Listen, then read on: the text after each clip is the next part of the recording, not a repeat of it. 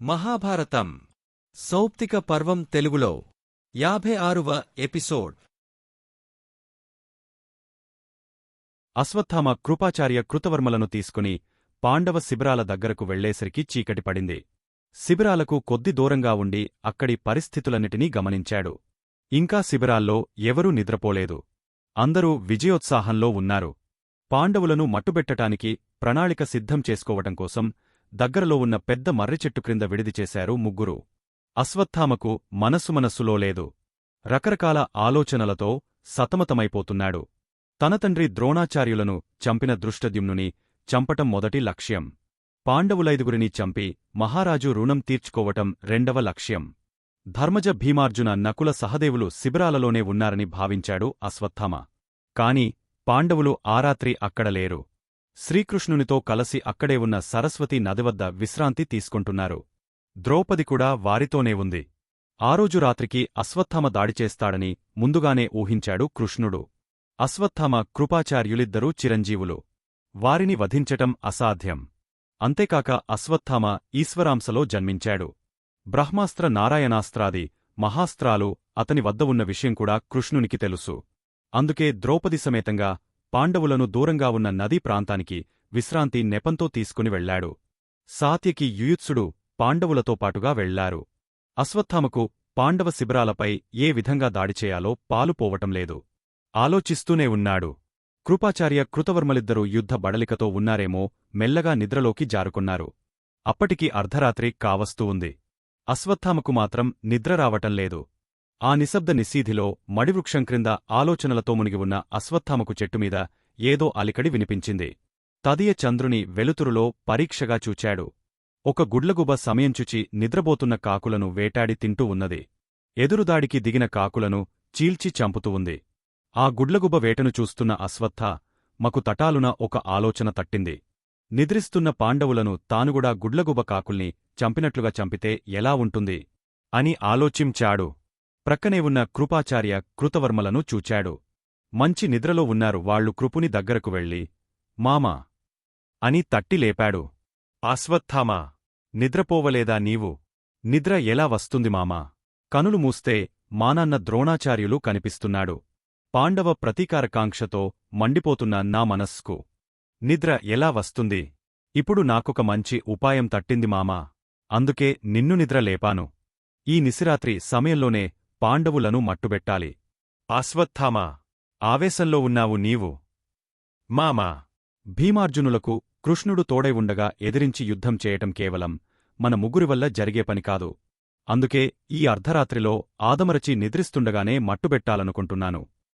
శివశివ, నిద్రబోతున్నవారిని చంపడం మహాపాపం నాయనా. అశ్వత్థామా, భయపడి పారిపోతున్నవాడిని, దిక్కులేనివాడిని, అంగవికలుడిని, పిచ్చివాడిని, శరణన్నవాడిని, నిద్రిస్తున్నవాడిని చంపటం ఆర్యధర్మం కాదు నాయనా. ధర్మమా? ఏది ధర్మం మామా? ఎక్కడున్నది ధర్మం? షండుడైన శిఖండిని ముందు పెట్టుకుని భీష్ముని చంపటం ధర్మమా? నేను మరణించానని అబద్ధం చెప్పి నా తండ్రిచేత అస్త్రసన్యాసం చేయించి ప్రాణాయామ స్థితిలో ఉన్న సమయంలో తల నరికి చంపివేశారే, అది ధర్మమా? రణభూమిలో రథాన్ని ఎత్తుకుంటున్న సమయంలో కర్ణుని కూలగొట్టారే, అది ధర్మమా? గదాయుద్ధంలో నాభిక్రింద కొట్టరాదన్న నియమం తప్పి దుర్యోధనుని తొడలు విరుగగొట్టారే, అది ధర్మమా? ఏది ధర్మం? ఎక్కడ ధర్మం? అశ్వత్థామ వాదానికి నిశ్చేష్టుడైపోయాడు కృపాచార్యుడు. అశ్వత్థామా, ధర్మనిర్ణయం చాలా సూక్ష్మమైనది. భీష్మ ద్రోణ కర్ణశల్యులు అధర్మానికి కొమ్ముకాచారు. అధర్మాన్ని సమర్థించారు. అధర్మం తరపున యుద్ధం చేశారు. దుర్యోధనుడు అధర్మపరుడని తెలిసికూడా కర్మయోగులై విధినియమానికి తలవంచారు. శ్రీకృష్ణుడు నారాయణ అవతారమని తెలిసికూడా భీష్మ ద్రోణులు యుద్ధరంగానికి ఎందుకు వచ్చారో తెలుసా? కర్మ నియమానికి కట్టుబడి వచ్చారు. మామా, అయితే నేనుకూడా కర్మ నియమానికే కట్టుబడతాను. నా తండ్రి మార్గంలోనే నడచి వెళతాను. నా తండ్రి బ్రహ్మానుడై ఉండి వేదశాస్త్రాలను వదలెస్త్ర శస్త్రాలను పట్టుకొన్నాడు. ఉత్తర పాంచాల దేశానికి రాజుగా క్షత్రియ ధర్మం స్వీకరించాడు. నా తండ్రి మార్గమే నాది. అశ్వత్థామా, ఇదే నీ చివరి నిర్ణయమా? అవును మామా, నీవు నాకు తండ్రి సమానుడవు. మేనమామ తండ్రితో సమానమని ఆర్యధర్మం చెబుతున్నది. పాండవుల తలలు త్రెంచి నా తండ్రికి రక్తతర్పణం చేస్తాను. నేను చేయబోతున్న ఈ అకార్యం వల్ల నరకం ప్రాప్తించినా ఇష్టమే. అశ్వత్థామ స్థిర నిర్ణయానికి కృపాచార్యుడు తలవంచాడు. నిద్రపోతున్న కృతవర్మను లేపి విషయం చెప్పి ముగ్గురూ రథమెక్కి బయలుదేరారు. కొంతదూరం వెళ్లేసరికి కనులు మిరుమిట్లుగొలిపే దివ్యకాంతితో ఒక శక్తిరూపం ఎదురుగా వచ్చింది. మహాభూతంగా భ్రమించిన అశ్వత్థామ బాణాలు సంధించి సూటిగా వేశాడు. కాని ప్రయోజనం లేకపోయింది. దివ్యాస్త్రాలను వేశాడు. వేసిన ప్రతి అస్త్రాన్ని ఆ దివ్యరూపం అవలీలగా మ్రింగివేసింది. కనులు మూసుకుని పరమశివుని ప్రార్థించాడు అశ్వత్థామ. ఆ ప్రచండ శక్తిరూపం నుండి పరమశివుడు ప్రత్యక్షమయ్యాడు. చేతులు జోడించి శరణు కోరాడు అశ్వత్థామ. అశ్వత్థామ, నా అంశతో జన్మించినవాడవు నీవు. పాండవ వంశం నీచేతిలో అపాండవం కాబోతున్నది. ఇది విధి సంకల్పం. నీ కార్యసాధనకు ఈ దివ్యఖడ్గాన్ని ప్రసాదిస్తున్నాను, స్వీకరించు అంటూ దివ్యకరవాలాన్ని బహూకరించాడు.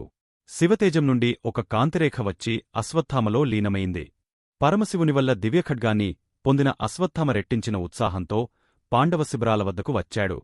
కృతవర్మను కృపాచార్యుని ప్రధాన మార్గం వద్ద ఉండమని చెప్పి, కృతవర్మా, నేను లోపలికి వెళ్లి అందినవారిని అందినట్లు పరలోకం పంపుతాను. మీరిద్దరూ బయట ఉండి ఎవరిని వెళ్లనీకుండా తలలు నరకండి అని చెప్పి ముందుగా ద్రుపదరాజు కొడుకు దృష్టద్యుమ్నుని కోసం వెదకసాగాడు. అందరూ నిద్రలో మునిగి ఉన్నారు. గాహనిద్రలో మైమరచివున్న దృష్టద్యుమ్నుని చూచాడు అశ్వత్థామ. నిద్రిస్తున్నవాడి రెండు చేతులను త్రాళ్లతో కడుతూ నిద్రలేపాడు. ఉలిక్కిపడి లేచాడు దృష్టద్యుమ్నుడు. లేవబోతున్నవాడి మర్మస్థానాల్లో ఎగరితన్నాడు. నిద్రకళ్లను విప్పార్చి చూడబోయిన వానిముఖంమీద బలంగా గ్రుద్దాడు. ఎవరు ఎందుకు కొడుతున్నారో ఊహించుకోలేకపోయాడు దృష్టద్యుమ్నుడు. ఓరేయ్ ద్రుపదుని కొడుకా, నేనురా, ద్రోణపుత్రుడ్ని అశ్వత్థామను. ఎంత అన్యాయంగా చంపావురా నా తండ్రిని అంటూ దృష్టద్యుమ్నుని నరనరాలను కత్తితో బయటకులాగా పటపట త్రెంచివేశాడు. పిడిగ్రుద్దులతో క్రుమ్మి ఎముకలు విరిచాడు. నిలువు శరీరాన్ని వెనక్కి విరిచి జీవంతనరకాన్ని కలిగించాడు. చిత్రహింసలు పెట్టాడు. దృష్టద్యుమ్నుడి తలను మెలిత్రిప్పుతూ విరిచివేశాడు. అశ్వత్థామా, ఈ నరకం భరించలేను, నన్ను చంపే అన్నాడు. దృష్టద్యుమ్నుడు ఒక్క కత్తివేటుతో దృష్టద్యుమ్నుని తల నరికివేశాడు అశ్వత్థామ. తండ్రి, ద్రోణాచార్య పితృదేవా, ఎక్కడున్నావు నీవు?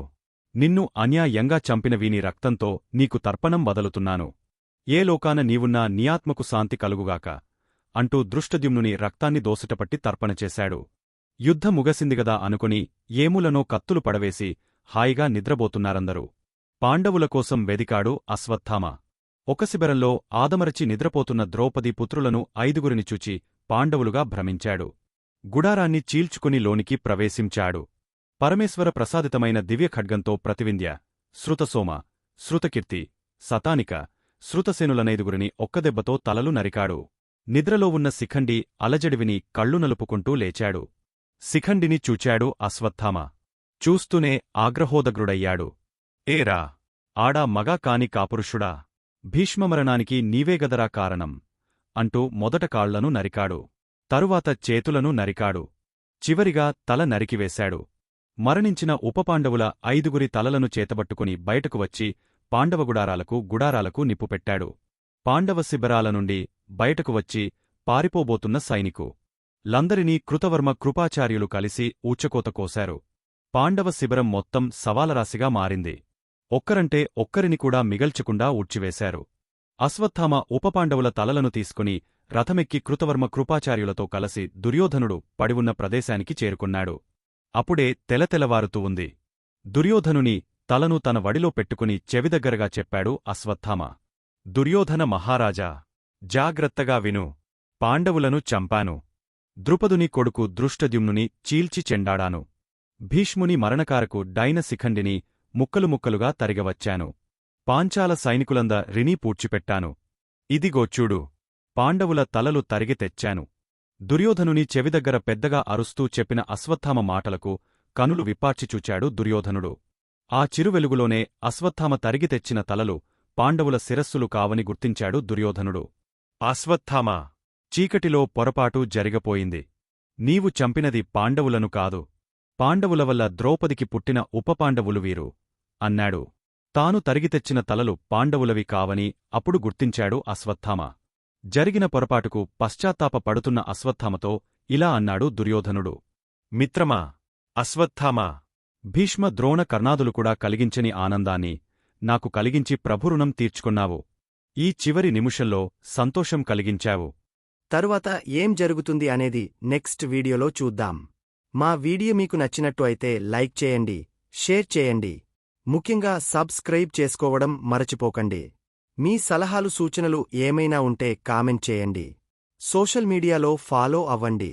ఆదిపర్వం, సభపర్వం, అరణ్యపర్వం, విరాటపర్వం, భీష్మపర్వం, కర్ణపర్వం మరియు శల్యపర్వం పీడిఎఫ్ కింద డిస్క్రిప్షన్లో ఉంది, డౌన్లోడ్ చేసుకోండి. ముందు వీడియోస్ చూడకపోతే కింద లింక్స్ ఉన్నాయి, చూడండి.